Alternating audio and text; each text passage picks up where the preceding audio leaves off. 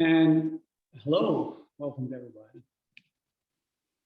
And just want to notice that here in the studio audience, we have someone who's often on the screen, Shiv from, and tonight he's at Fancy Shiv instead of on the screen. So, yeah.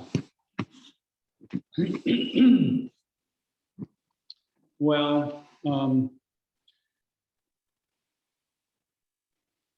I guess I could ask the question, how many people have ever encountered any difficulties in establishing or continuing your practice of meditation and yoga? Does anyone ever have a problem? It's okay. That's probably pretty universal. And that's what we're going to talk about tonight, is those obstacles that prevent us from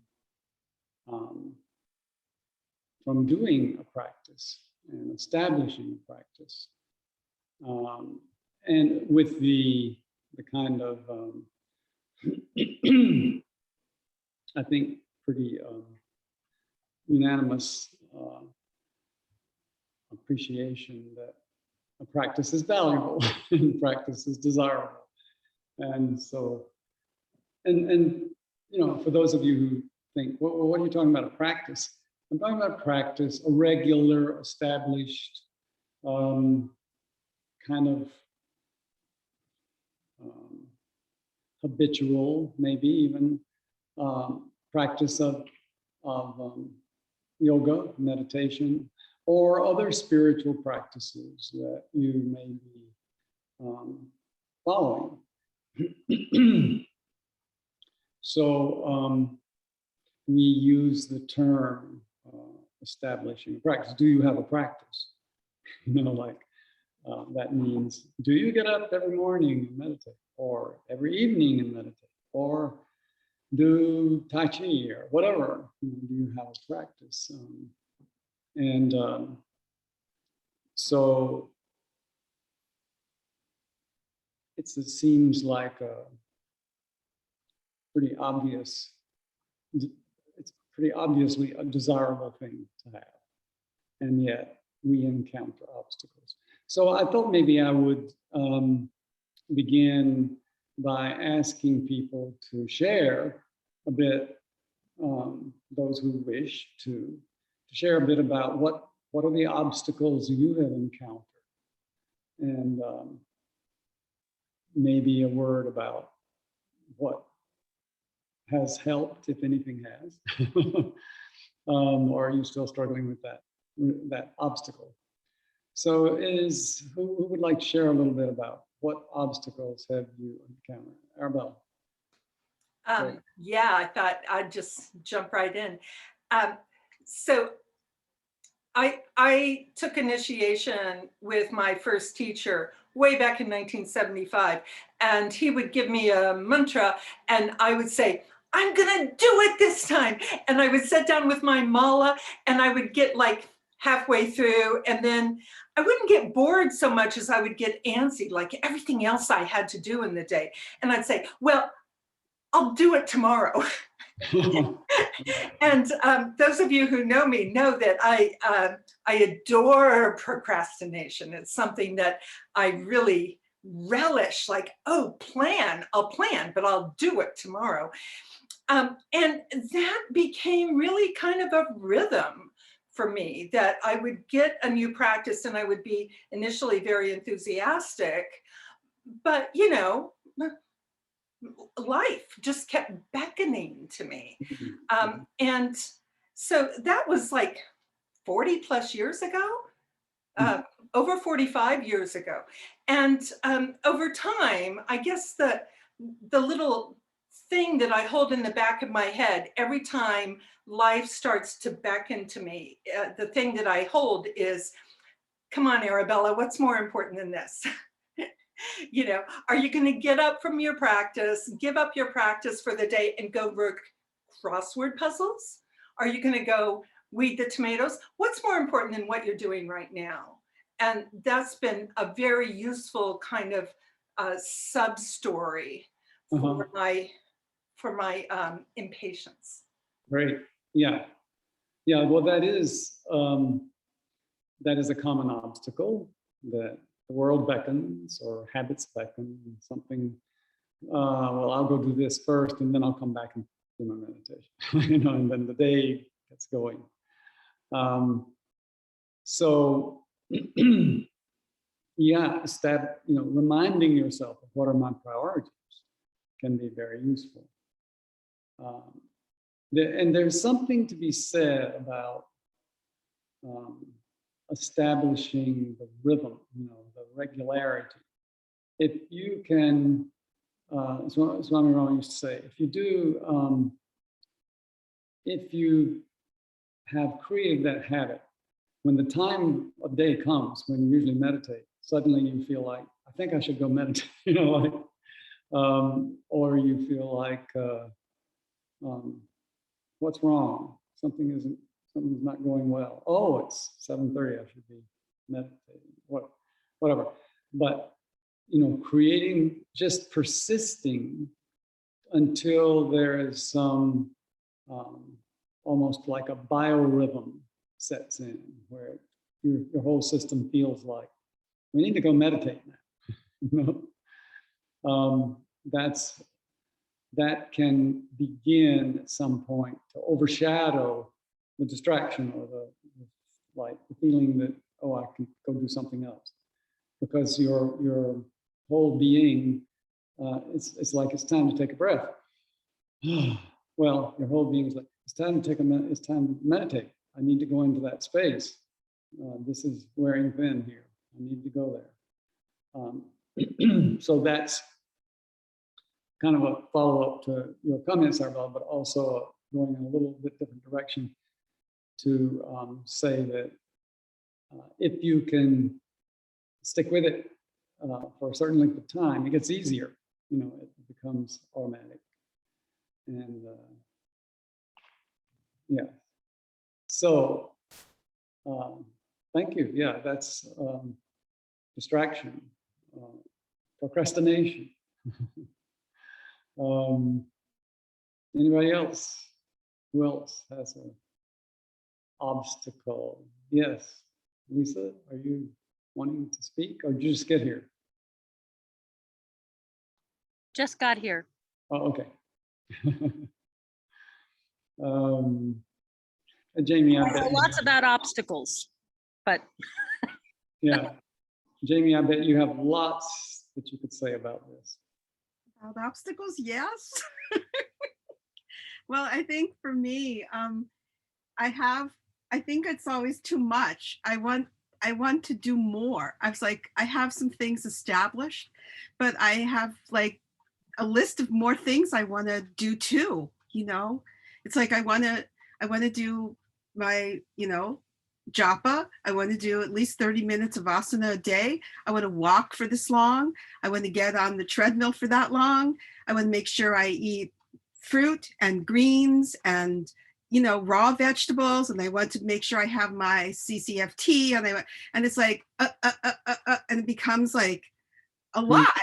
And then I also have a lot of things to do in a day. I have family and things. So I think that it's like, yeah, I know I see prioritization is certainly of merit, but I think it's also like like an eyes are bigger than my stomach kind of feeling. Like there's so much I want to do that would be good for me, and as well as that I have to do, and I just feel like completely overwhelmed about it sometimes. Right. Yeah, thank you for that. Well, yeah, so I think that we definitely can be almost crippled by having so many things that we're committed to doing, like all the things we can do for ourselves that will help us. Well, I'm going to do this, I'm going to do this, I'm going to do this, I'm going to do this. So I think it's helpful sometimes to stop and say, well, let me write all those down.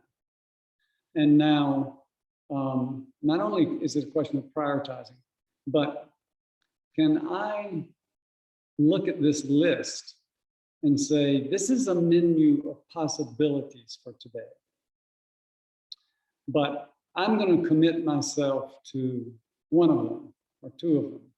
And then maybe time will open up to do others too. But I'm going to commit myself to one or two, and nothing's going to stop me from doing those, or three, or whatever. But the rest will remain options, possibilities, opportunities. But that's a menu. I'm not going to eat everything on the menu, you know? But I'm going to choose with discrimination what I eat.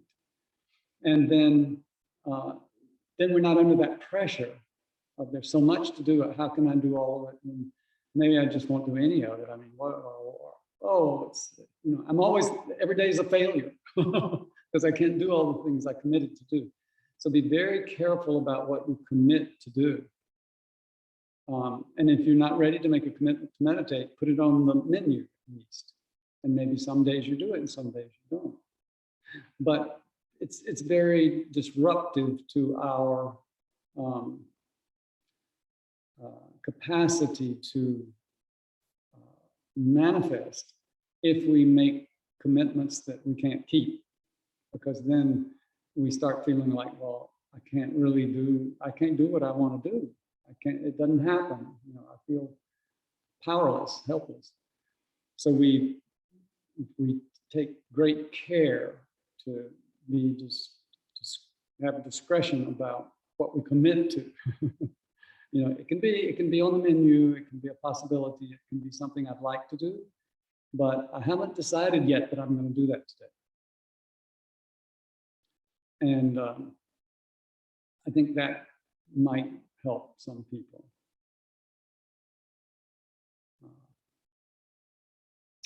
Good. Thank you, Jane. And what else? Who else? Who wants to talk? Jody. Hello. For me, it's actually very easy to keep a regular practice. I've had a regular morning yoga and meditation practice as soon as I wake up for many, many years. But the thing that I notice is that it's not uncommon that even though I'm in my practice and I'm fully dedicated to doing my practice, my day creeps in and the monkey mind thing starts happening. And so even though, you know, I'm meditating, or, you know, even though I'm saying my mantra or I'm doing Nadi Shodhana, it's hard, it has been, it's not always, to like really keep bringing myself back to full presence, like over and over again, because those are the moments of bliss, right? Like when I realize and it's like, oh, I'm fully in it now. Like, oh, it feels so good. Like I can feel the air going in and out of my nose, and, you know, those moments. But then, you know, the mind comes in and it's just like a stream, and it just pulls me right out of that. Right. Great. Yeah. Well, I'm sure other people can relate to that also. So that's a common obstacle. And it comes from the basic issue of one-pointedness. You know, Swami Ravi used to talk about the one-pointed mind. And so we live in a society where one-pointedness is not particularly valued. We live in a world where everybody wants to multitask, you know, which is like, well, I'm doing 3 things at once. Well, that's not one-pointed attention. So one-pointed attention or focus is, for us, an acquired skill. When I first met Swami Rama, my teacher, I guess he looked at me and saw, you know, your mind's going everywhere. So he gave me a practice that he said would help. And here's what it was. I'll share it with you. I sit by the door. I'm looking at the door, and I start at the lower left-hand corner of the door. And then I move my gaze up to the the center of the top of the door. And then I move down to the lower corner of the right-hand corner of the door frame. And then I go to the middle of the door and make a line across, and I've created the letter A, right? Well, that's very simple, you know. But then I do the same thing, go up and around and create the letter B with moving my eyes and my attention. Well, I thought this is so stupid. This is so easy. Well, I couldn't get to E. My mind was off somewhere, you know. And it took me a long time to be able to get, I mean, like a long time, maybe months, to be able to do the whole alphabet. But the point is that that's the practice. That's how you gain the skill, is through practice. So as you do that practice over and over, you begin to be able to maintain the focus. And your mind's going to go off. Yeah, so you bring it back. Your mind's going to go off. This is the essence of meditation, right? You know, your mind wanders, you bring it back. Your mind wanders, you bring it back. You know, the dog runs off, you call it back. You know, it's training your mind. You're training your mind to be focused. And that is such a valuable skill that most of us don't have. So it won't just serve only, it's not only going to serve you in meditation, it's going to serve you in everything you do.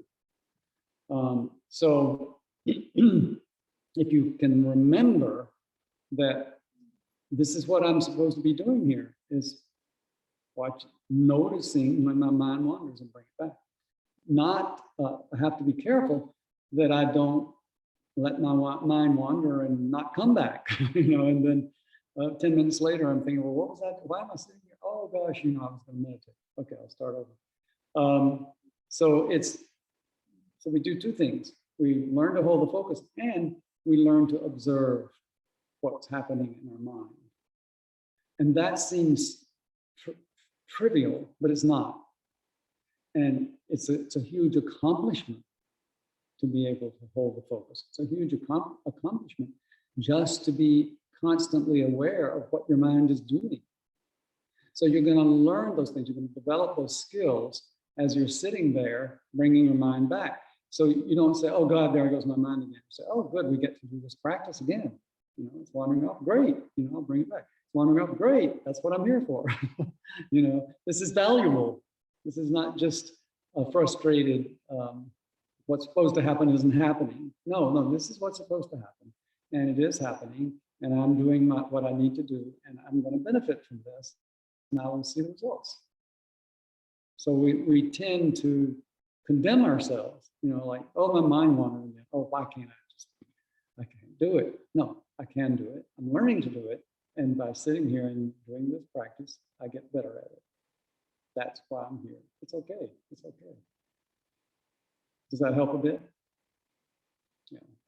It's like, because we get caught in these kind of, you know, like the streets that are, what do you call them? They're dead end, and they have a little turnaround. You know, we kind of get caught in there.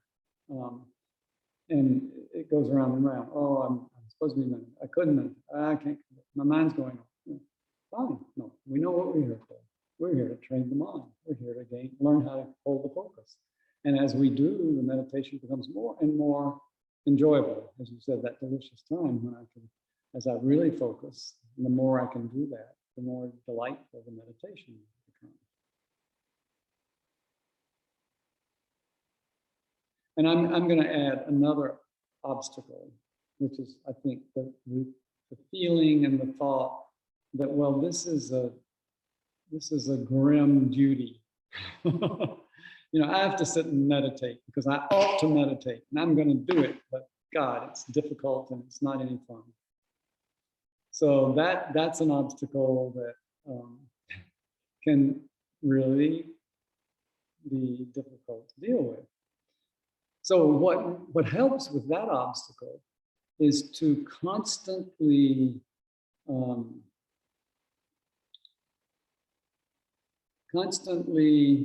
explore the process to find how can I make meditation enjoyable and delightful.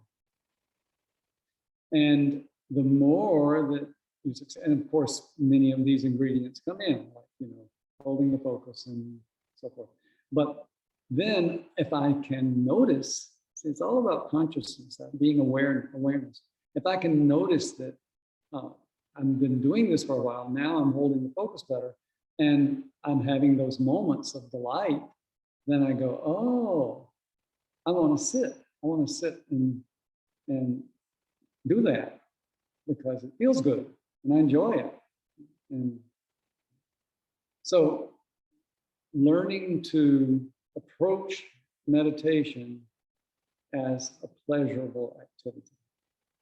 Because if you go to sit down like, oh God, I'm going to do it. Oh, I hope it won't take long. It'll be over in a little while. You might as well not sit down. No, that's not going to help. Yeah, so it is potentially, and the more you practice and the better you get at it, it becomes more and more delightful and enjoyable. And if you haven't experienced that, I can tell you, yeah, that's true. Just give it time, you will experience that. You know, this is the thing about the meditation process. It's guaranteed. How long it's going to take, I can't tell you. But eventually you're going to get benefit from it. And you're going to get huge benefit from it. And you're going to get joy from it. It's not a newfangled thing. You know? And it's time tested and it works. So you know, that can be reassuring. Keep that in mind.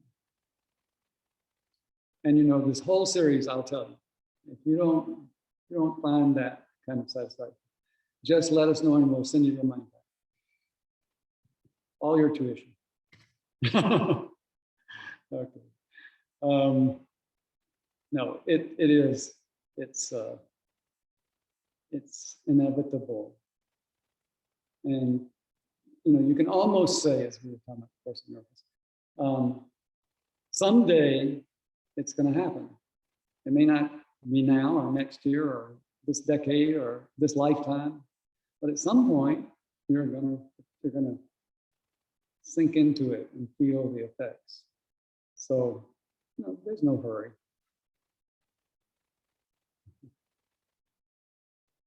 But you know, the sooner you start, the sooner you can enjoy it.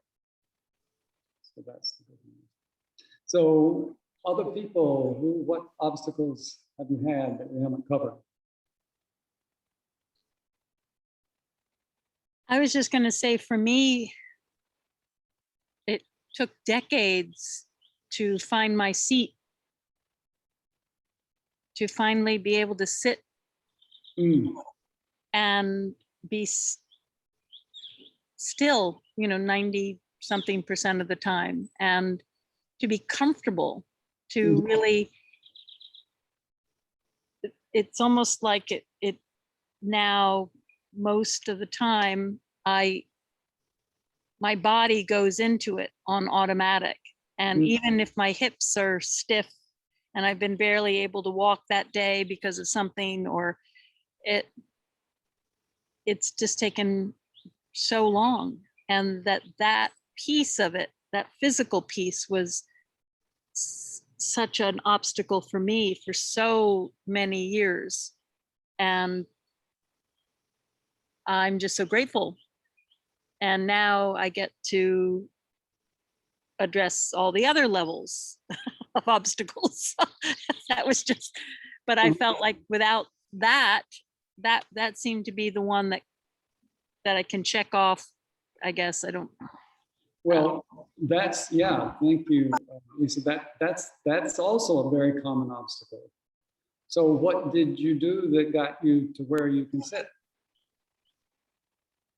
Wish I could give you a nice answer, but I don't have one. I guess I didn't give up, even though there'd be great periods where I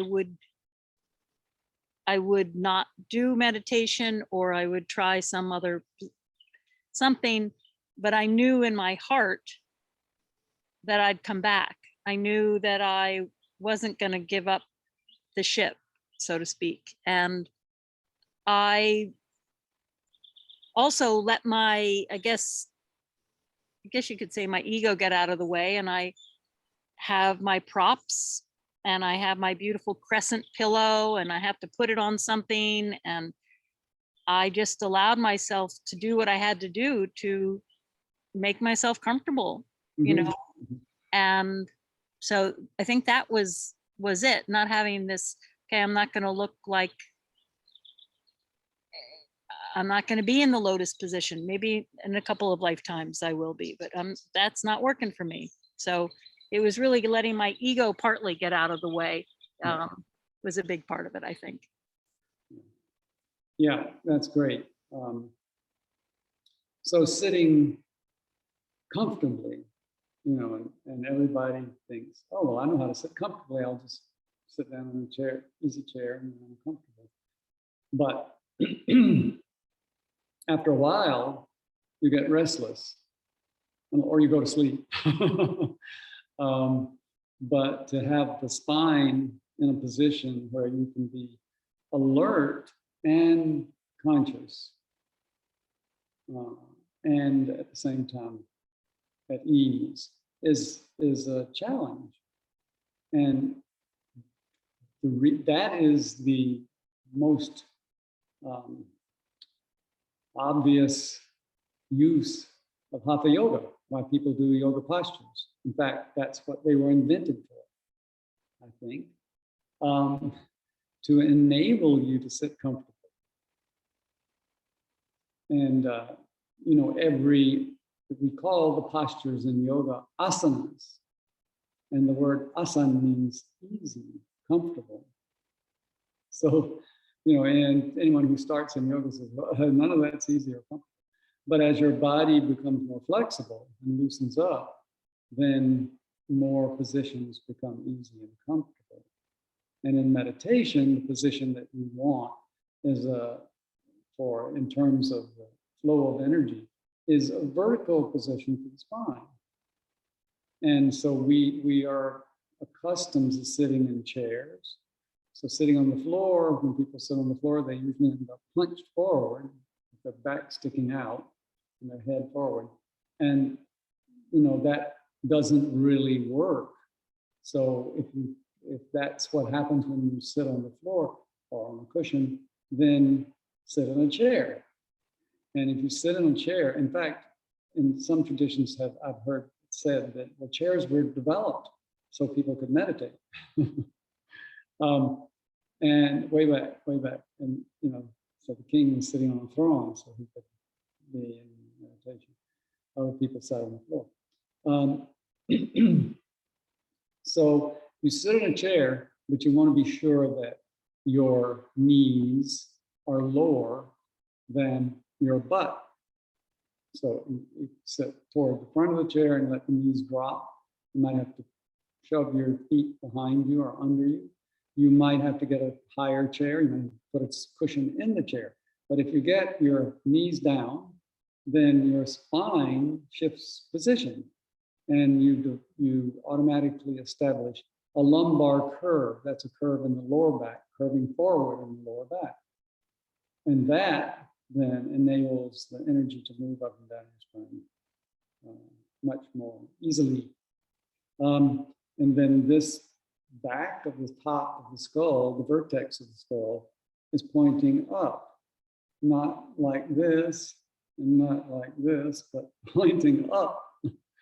And if you have your knees down and you're curving the lower back, then you'll also have a bit of a curve here in the cervical area. And that is the normal or optimal operating position or configuration for the spinal column. And that's where the energy is freer to move. So it takes some time to find that, and then it takes some time to develop awareness of that. But as you do, then you will find the posture that works for you best. And over time, that can change. As you become more flexible or as you become less flexible, then the posture might have to be adjusted. And that's okay. But you want a posture where you are relaxed and comfortable, and to the greatest extent possible, your spine is aligned in an anatomically correct configuration. So does that make sense? Does anybody have, is that okay? Anybody have questions around that? Get clear, more clear. Good. Yeah, it's really important. And it is, in fact, as Lisa says, it's what stops a lot of people from meditating. And they may not even realize it. I don't want to do it. I don't want to do it. Well, why don't you want to do it? Well, if you really look carefully, it's because I feel really uncomfortable in that position. I can't get in a comfortable position. And yeah, I was in my late 20s and I realized I can't sit still. I can't sit still and be comfortable. I'm always restless. And that's when I started learning yoga and changing my life. So, good. I'm sure there are more obstacles. Who else has something that they've struggled with?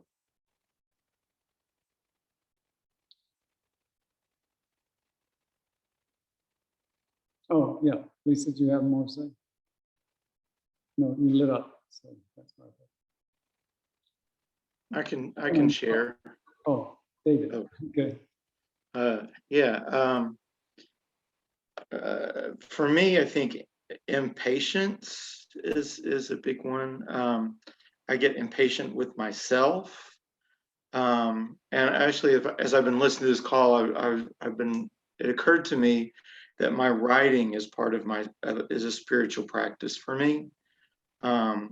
This writing project that I'm doing, it's a very important part of my spiritual practice. And I find myself at times getting really frustrated that it's not happening faster. Like it's not developing as fast as I would like it to. And I get kind of down on myself, like, oh, I'm not being disciplined enough. I need to blah, blah, blah, blah. And it kind of builds this feeling. And then what makes a difference for me is when I stop the action, I'm like, okay, hold on. Is it really that I'm just slacking off, or that I'm not doing it right? Or is it just that I need to allow the spawn to come through at the pace that it's going to come through? And usually that's what it is. Like, okay, I can breathe. It's unfolding exactly as it's meant to unfold. I'm not in control of it. And to me, that allows me to be more in the flow of the process and let it unfold and blossom naturally. Yeah. Yeah, well, Swami Ravi used to say, Americans are always in a hurry, instant everything. We want instant coffee. We want instant oatmeal. We want instant enlightenment. Come on, why is it taking so long? And we're caught up in our tantric language with our group in a sort of deficient mental linear time, obsession, and that's not where meditation happens. So it's good to say, there's no hurry. I'm going to sit here and do my practice, relax. But I had an apartment in New York for some 12 years. And my landlady had lived in the apartment. She rented to me for most of her life. And so she explained to me that it was a garden apartment. And that meant that I had to take care of all the flowers and shrubs and things in the garden. And I went, well, all right. And she said,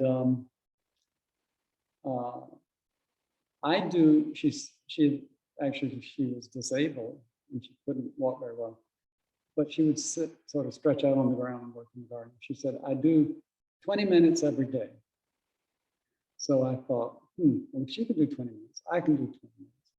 So I noticed that after 10 minutes, I'm saying, I really don't have time for this. You know, I should go in and make some phone calls. This is ridiculous. It's not that important. It's not high enough on my list, you know, and if I stayed with it, at 15 minutes, I was still going, you know, God, what am I doing? But something happened at 20 minutes. And I found myself thinking, you know, it's really nice to be out here. It's really nice to be working with the plants. It's really, this is a delight. And then the bell rings. Time to go in, your 20 minutes is up. But so it's that kind of thing. If I can just, you know, calm myself and be present and be conscious, then at a certain point, suddenly all those urgencies and that impatience and all that just fades away. And I'm sitting here and it's like, oh, why was I in such a hurry? So we have, our consciousness has this inherent desire to go to that place of peacefulness. It really does. It's been mistrained and gotten into bad habits that keep it agitated and busy and random and chaotic. But if we can kind of, you know, it's like a child that's crying, and you kind of calm it down, hold it, and, you know, reassure it, and then it settles down and smiles and goes to sleep. You know, but we are trying to settle down and wake up. That's a little different, but that's the same principle. So now that you know that, you see that you tend to do that. So that's great. So you can see, okay, now my mind's doing the thing about, oh, this is taking too long, I'm in a hurry, blah, blah, blah. So I need to just kind of calm it down, you know, think about a mantra, watch my breath, tell it to relax, it's okay, we're not in a hurry. And then at some point, you realize, oh, now I'm in a different space. My consciousness has gone to this space of peacefulness. It wants to go there. It's just that we have all these habits that get in the way.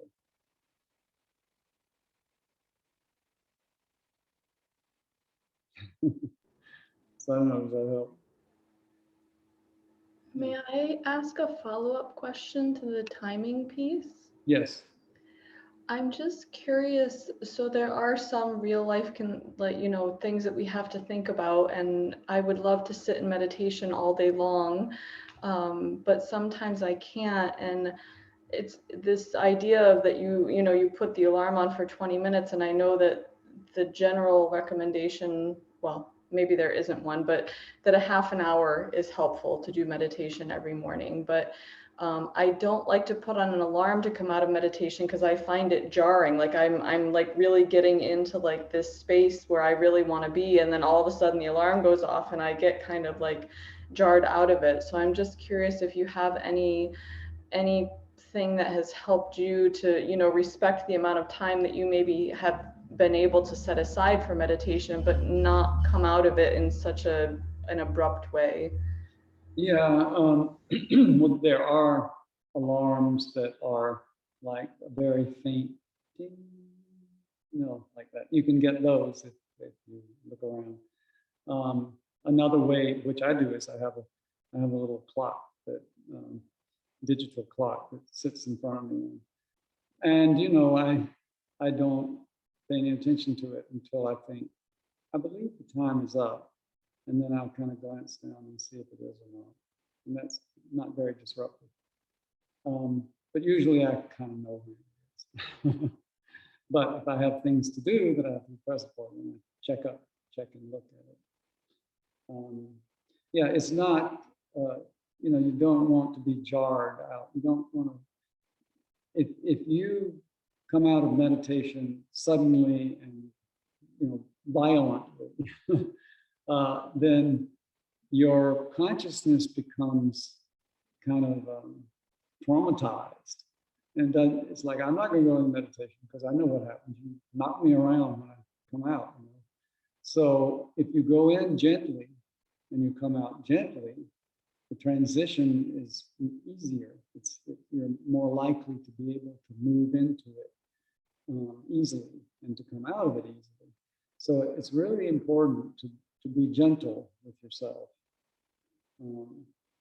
That's a big help. Okay, does that sort of help a little? Okay, great. Good. Oh, I don't know about linear time. Yes, Lisa.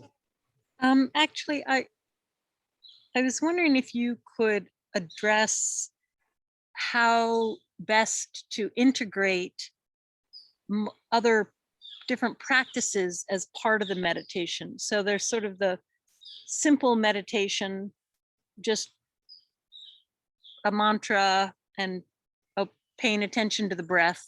Let's say that that's kind of a baseline. Mm-hmm. But then doing a particular meditation, let's say the he-she meditation or something else, and then maybe wanting to ponder something. And I get a little bit confused because I wonder about the order of where to put in different aspects of things I want to weave in, but not have it feel like a 3-ring circus. Right. Yeah, that's a good question.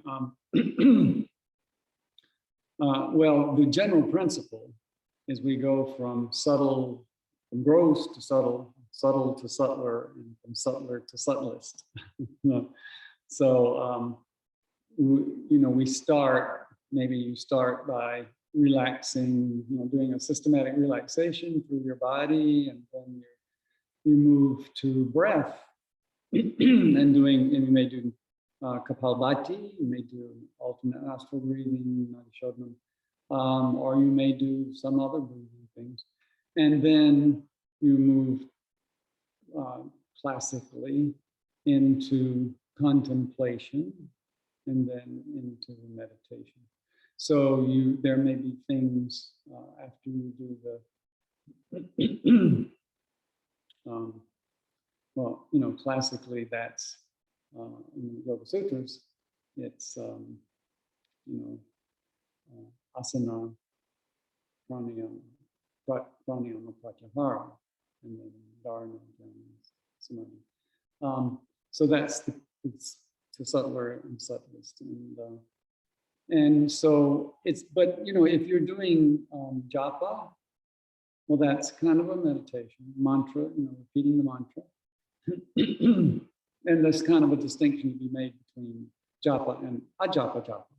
So, there's one thing you need to be repeating the mantra. There's another thing to just be, once it's downloaded and installed, is to just be sitting and allowing it to flood into your mind. And again, that's something that happens after some time of practice. But then that's moving toward real meditation, where you're not doing this thing. You're actually just relaxing and allowing this thing to happen. And then from there, it's nice to have some time, save some time at the end, where you say, well, I don't know where my consciousness is going to go, but okay, go where you want to. Let's see what happens. And that's more exploring other dimensions and so forth. So that's the general schema. And you don't have to be rigid about it. And some days it's like you feel a strong desire. Well, I've been doing japa, but I need to do Kapalbhati. Okay, you can do that. I do it for a while and it's like, oh yeah, I really need that. So don't be too rigid about it. I usually have a routine, and then on Sundays, I purposely don't follow the routine. It's like, okay, let's see what happens. And often I have the best meditations on Sunday.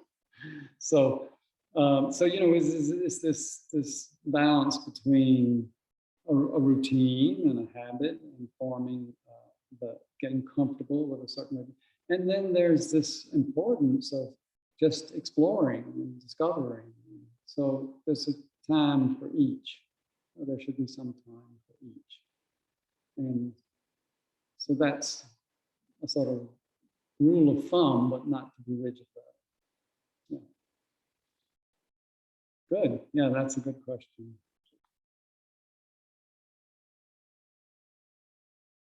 What else?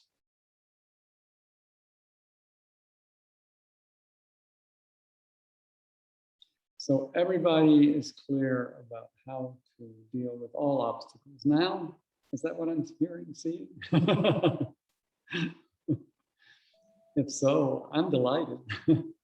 Oh, Ellen, yeah. I just want so I have what feels like the obstacle of having a difficult time setting boundaries sometimes with others.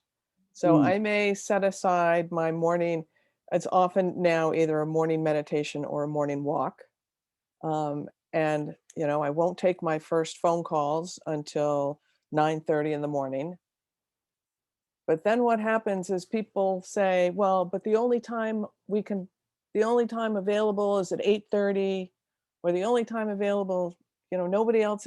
So I feel like I give up my time, my morning time, to appease others around me. And Well, there's a solution to that, and it's called, it runs like this. My morning slot is already filled yeah, for 8:30. It's filled, and I have an ongoing commitment. yeah, I know.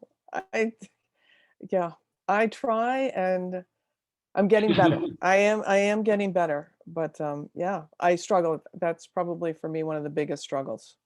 Yeah, so you know, it's get tough. Yeah. You know, there's a use for ruthlessness sometimes. Yeah. You know, I'm sorry that time I have that time. That time slot. is, yeah. I have ongoing commitment to that, and it's nothing I can really get out of. Okay. Okay. Tough. I need to Yeah. get tough. Yeah, a little tougher. A Yeah. little tougher than you've been being. Okay. Don't get Okay. too tough. But Yeah. Okay. yeah. Okay. All right. Yeah. It's so simple. I mean, it is simple and And it's an accomplishment to do that. Yeah. Yeah. So Yeah. that's a great exploration, and you know, that's a great experiment to see. Well, what happens when I do that? What comes up for me that I'm so afraid of? What is you know, all that. Yeah. So it's juicy. Yeah. Okay. Great. And George, did you want to say something? I feel like it's kind of been touched on from a number of different people, but it's when I've actually sat down to meditation, and about 5 minutes in, I'll have a realization of something important that I've forgotten to do. And boy, it's hard to get back to, you know, back on track after that. Right. And can you ask the question, if that has to wait for an hour, will the house burn down, or is someone going to die? Yeah, that's a good question. Mostly, I'm afraid that if I wait and do my practice, then I'm going to forget again, and it's going to become come back to haunt me. So, you know, it's actually, I mean, both for you and Ellen, it's like, this is something sacred. You know, I want make this something sacred. This is sacred. You know, it's not like disposable, dispensable. It's not something that if somebody wants me to do something, I say, oh well, okay, I can't do it.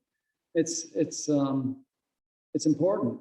It's a sacred part. It's my spiritual life, and that's kind of fundamental to my experience on the planet. You know, and so sorry, it's not up for negotiation. It's non-negotiable. Whatever it is I forgot, it'll have to wait. Yeah. Yeah, I'm going to piggyback on what George said, because sometimes I make the strategic error of checking my email before I sit down to meditate.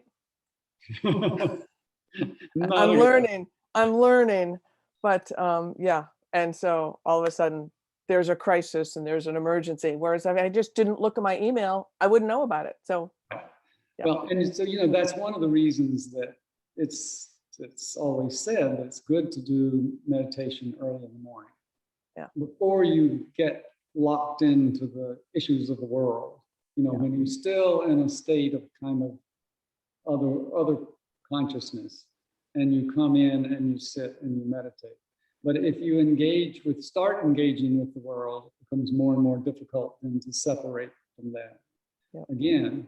And that makes the entry into the pratyahara, withdrawing the senses from the world. You've already put them out there, and now you have to think about, so just don't start out, don't put them out there.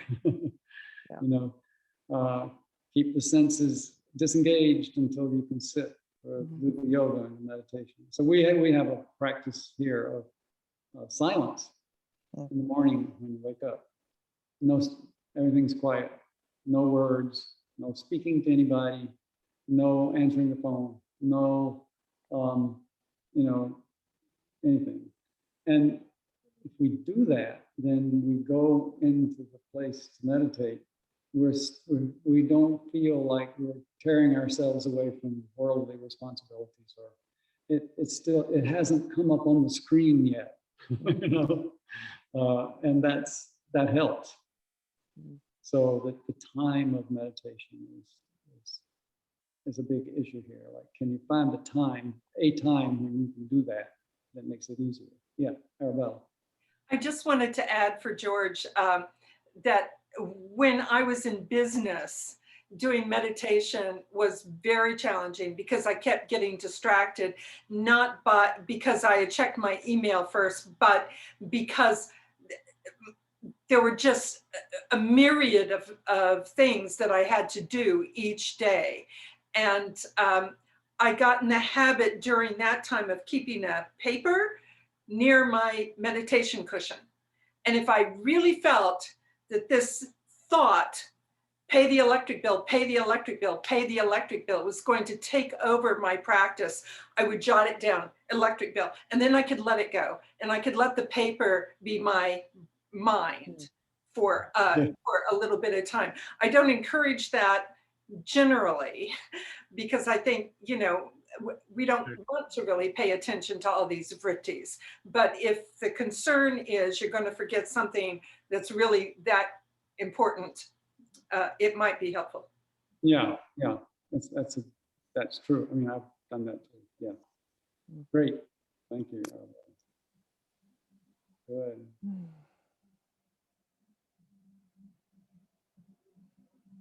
Well, I hope this is helping everybody